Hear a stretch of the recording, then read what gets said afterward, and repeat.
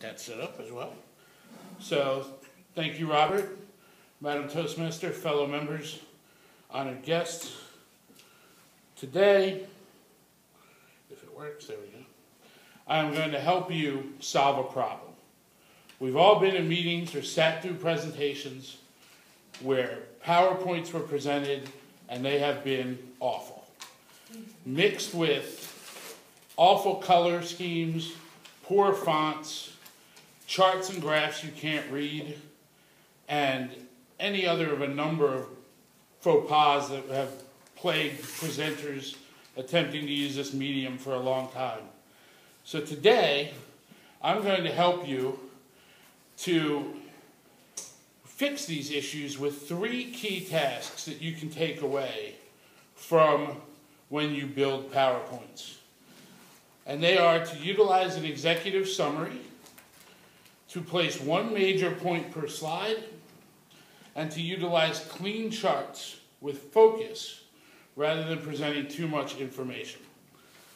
Now, this presentation was partially put together, if I can get back to where I was, by a polymath, a colleague of mine, Trevor Ross, who is moved on from a role similar to mine to joining our leadership team.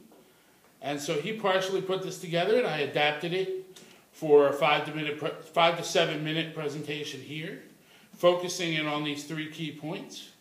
But I wanted to give him credit for starting this process and helping me put this together. So that said, we'll move into our beginning. And what you see here is what an executive summary should look like. And when you put together an executive summary, you want to do several things. First is you want to have key concepts, key takeaways for your audience that aren't part of your bulleted slide list, but that are key takeaways for the audience.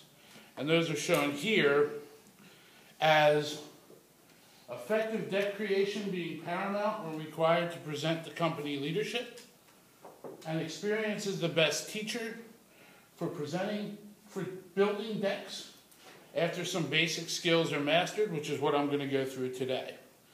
We also then take the person through our recommendations, or what other aspects of the key points that are going to be on your slides are. And as I said earlier, those are to utilize an executive summary, place 1 major point per slide, and to utilize clean charts with focus. So the first thing we'll start with is place 1 major point per slide. Now, as you can see here from this slide is far too busy.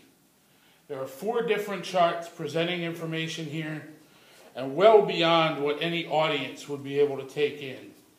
It's distracting to your audience and really doesn't convey the message that you're looking to present. So how do we correct that? Well, what we do is we dial that slide in. We present the same message, but in a much cleaner and direct fashion. Here I show 2 charts, 2 of the same charts that were on the previous slide, but I key in on key information on that slide that talks about what the message of the overall deck I would be presenting is. So in this case, this is from an actual AT&T presentation that I developed for my leadership to give to our executive team. And you can see here that I have talked about our QA performance and our QA shortfalls. And I key in on what the key message on those 2 slides are, which is that our build performance is below target, and that's because of issues we've seen in a drop-off of quarter over quarter. So you can see the difference between those 2 slides. Here, this was a busy slide that couldn't be focused in on, that wouldn't have gotten the message across in the same way as the secondary slide does. So the third point of my presentation is to use clean charts with focus. Again, you can see here, this is a chart that was developed, and this chart has way too much detail on it. It's using multiple axes. It has data at the bottom that is not going to be seen by anyone in the back of the room, barely able to be seen by people in the front of the room. So for a chart like this, or for information like this, you would want to use a much cleaner chart. Here we get across the same message, that our DAS builds versus the actual versus plan has fallen below. Where has it fallen below? Specifically our May target. So we call out a key piece of information by looking at this annotation on the slide itself. And had this slide been the actual slide presented here, you would have much clearer been able to read the note in the annotation there. Here it's a little smaller because obviously I'm calling out the fact that we want to utilize a clean chart.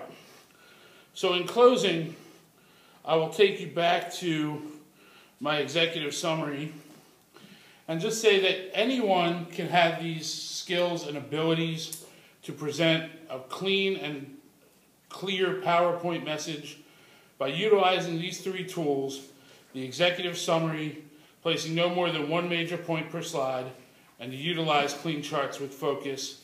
If you put this into practice in your daily work life and when you develop PowerPoints, you'll have a clear message and your leadership will understand what you're trying to get across. Thank you.